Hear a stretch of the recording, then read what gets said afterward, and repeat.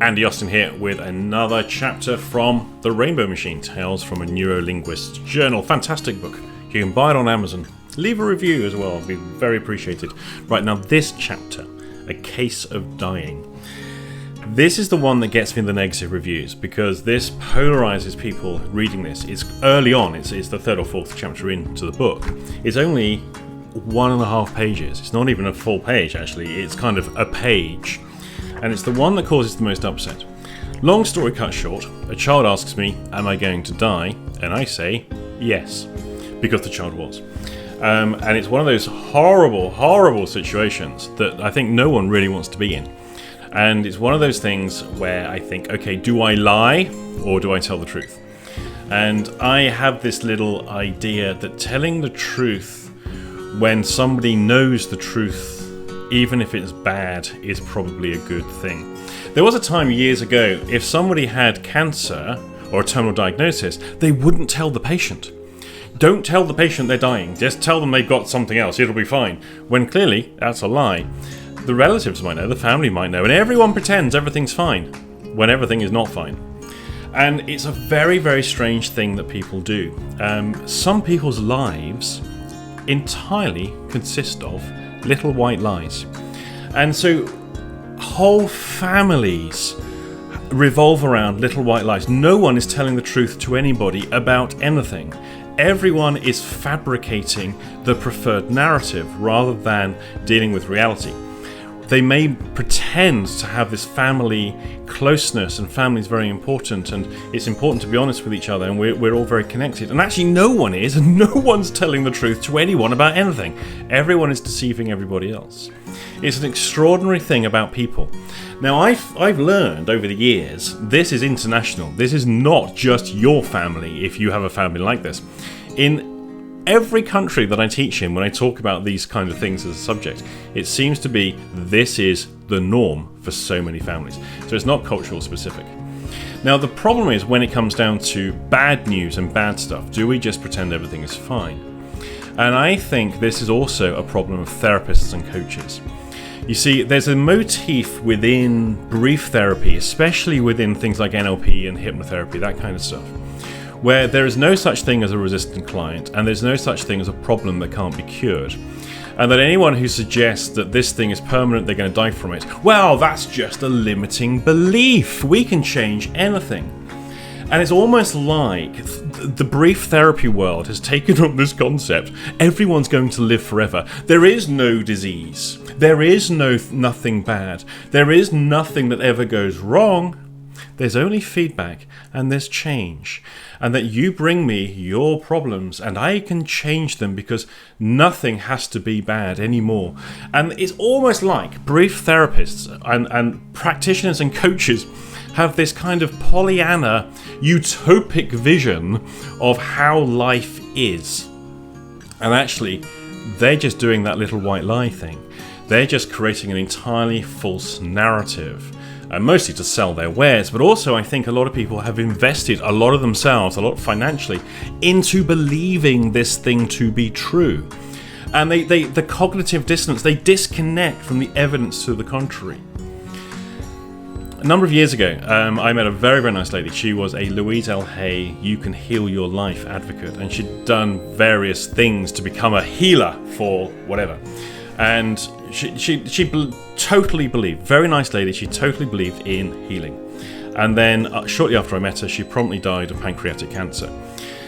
And this is not a unique, this is a very common thing. All the healing in the world didn't help her. People die, people have horrible conditions, people have long-term maladies that can't be healed. And it doesn't matter how good your NLP skills are, your hypnosis skills, a few magic words here and there aren't necessarily going to heal certain diseases. And yet there is this motif within the therapy world that everything can be cured and that we just have to learn the right way to do it. Well, that would be really, really good if it were real, but it's not. It's just nonsensical. And I say, it's this Pollyanna vision that people have. I think that's the reason why I have so much antagonism about this particular chapter, albeit just over a page, around about a page worth of text. Because no one really likes the concept that I told the truth. and that I didn't try and save them. Now here is for me, a horror story of how bad things can actually get with therapists and coaches. So now this is going back a few years, not that many years, and a very close friend of mine died unexpectedly from complications of surgery, and basically died from pneumonia and then sepsis and all the rest of it following surgery. She'd had cancer. Now, the day of the funeral, I'm driving across the country on my motorcycle to go and attend a training workshop. Along the way, on the dual carriageway, there's no lay-by the other side of the road, I realise when I look in the wing mirror, there's an awful lot of smoke on this road. There's smoke everywhere, and I thought, oh, someone's in trouble. Didn't occur to me for one moment it was me, and that I was on fire.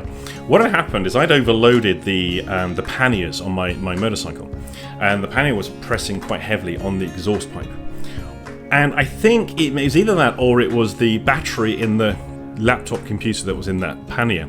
Not quite sure which, but it had caught fire. And of course, going at high speed, it had been smouldering away quite nicely. And then I had proper flames coming out the back of these panniers. I've got people flashing the lights, honking the horns, and all the rest of it. And I figured, if I pull over here, there's no lay-by, I'm going to get squished.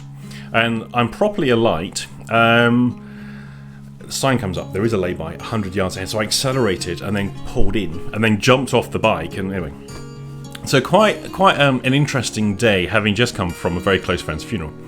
Now when I pitch up at the place that I'm doing the workshop, there's a number of people at the place already, because people check into the hotel and that kind of stuff. And as I'm just sorting out the stuff with the room and my sponsor, one of the trainers, I shan't say their discipline, but it was NLP, one of the trainers there, I was telling the story to my sponsor of what had happened, the kind of day that I was having. And of course, I'm there for 2 nights, so 2-day workshop, but I'm there for 2 nights. And I've got a motorcycle that is in a bit of a state, and I don't have any clothes because everything is burned in the pannier. So I'm going to wear the same clothes all weekend, and so on. So I'm not having the best day.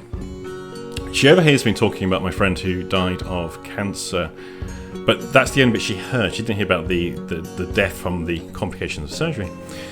And she says, well, didn't you try and do anything? I said, I'm sorry? Well, you're with your friend. Didn't you try and do any NLP on her? I said, what? Well, why did you let your friend die? Now, this is one of those times where I'm actually lost for words, and I don't know what to say to this person who literally is saying, I let my friend die because I didn't do an intervention to cure. Now, this person knows nothing about the situation, about my friend, her health condition, nothing, absolutely nothing whatsoever, but just automatically makes the assumption that it could have been cured should I have applied. And whoa!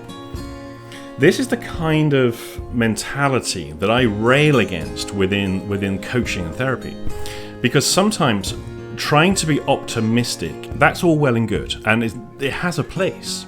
But false optimism, this denial of reality, could be even worse. Can you imagine if you are that person with a serious illness and everyone's trying to heal you? I've always said, if ever I have a serious illness or a long-term condition or I'm dying, I'm never going to tell anybody because I've seen what happens. I'm dying. Everyone sends you a get well soon card. This crazy thing that people do. Saw that all the time at the hospital. I've got a long-term health condition, and I don't tend to make too much thing of it publicly, because whenever I do, and this will probably happen again now, because I mentioned it, whenever I do, it's amazing how many people send me their remedies. I have been told every single remedy known to man to fix my long-term chronic health concern, and everyone knows that's the one that will do it. Oh, you haven't tried it then? Well, of course I haven't, because everyone who tells me to try this, that, I have heard hundreds of variables as to what I should try that would cure me. And the people telling me what's going to cure me know nothing about what the issue is really. They've just heard a few words here and there. And this is what happens, is that somebody can be faced with a real world difficulty, and well-meaning Pollyannas are now telling them, well, you don't have to have that. Take this remedy, do this technique, swish it away, do a 6-step, do whatever it is you're going to do, and it can be fixed. In the complete denial of reality. And this can be a very hard thing to have to deal with if you are the afflicted person, with it, whether it's a terminal diagnosis or a serious health concern. When everyone around you is in complete denial, you have to handle that plus the reality of having the disease that you've got. And then there's this other thing. And there's this Smile or Die. I forget the lady's name, but I'll put it up on the screen. I'll find it. And essentially, it's this forced optimism that if you're not looking on the bright side, if you're not optimistic, then you've got limiting beliefs. And essentially, you deserve to die.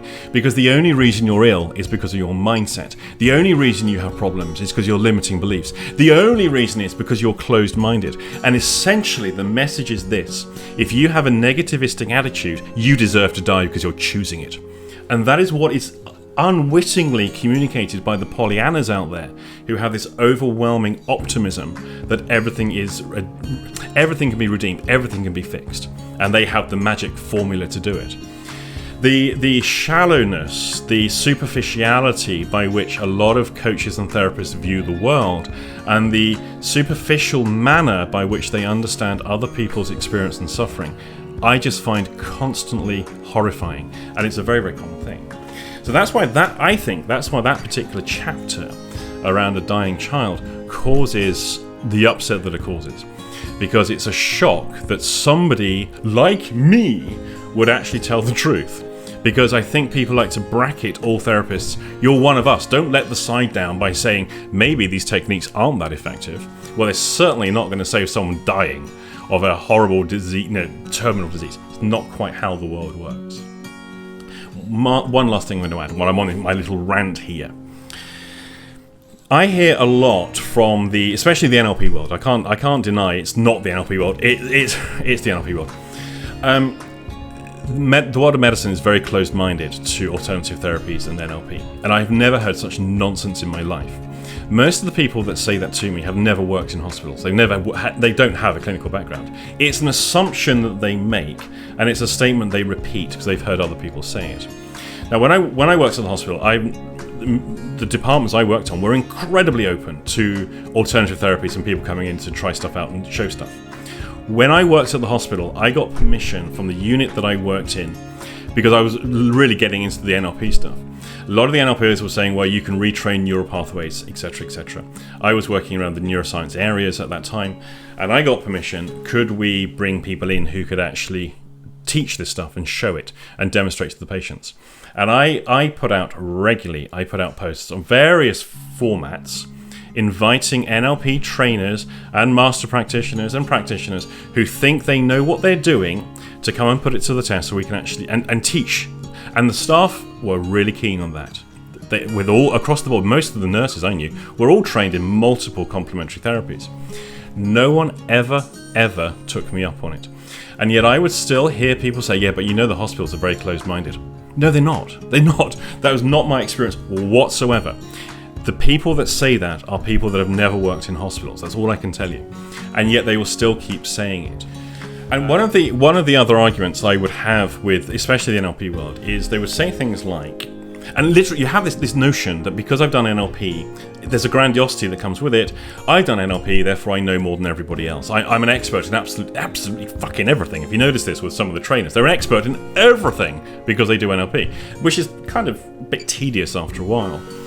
And what they would argue is, why don't doctors learn NLP? And what I throw back is, if you're an NLPer, why don't you learn medicine? Why don't you go and work in a hospital and demonstrate your wizardry on a daily basis? Because you will establish a reputation so fast, the world will be your oyster. You will rise up the ranks so incredibly quickly. You will have an international reputation. You will have lots of case studies you can get published. You can put out your YouTube videos. You can then find volunteers and demonstrate things live on camera. And you can prove to the world that you have those skills. And yet, I'm not holding my breath to find anyone who's actually going to do that. What I do hear, and I'm not going to name any names in case anyone asks me, are lots of trainers across all disciplines, whether it's EFT, NLP, EMDR, IMD, all of those things.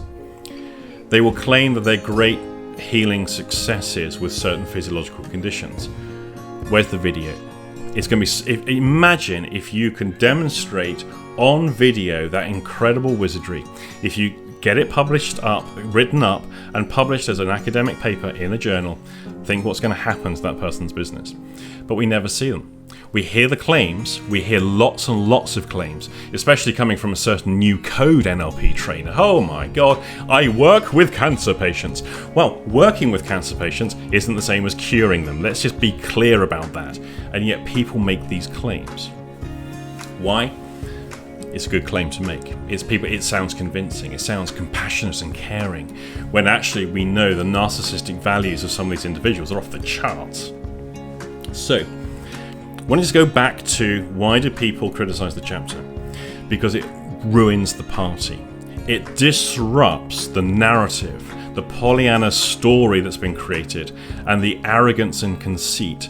Because it's like this. If I say you can't heal cancer with NLP, you can't fix these things, and a lot of those people claiming it, they're lying.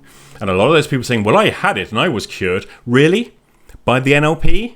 Or was it the chemotherapy, radiotherapy, and surgery? Did that do it? If I'm disrupting that story, I bring things into disrepute, and it ruins the party for everybody.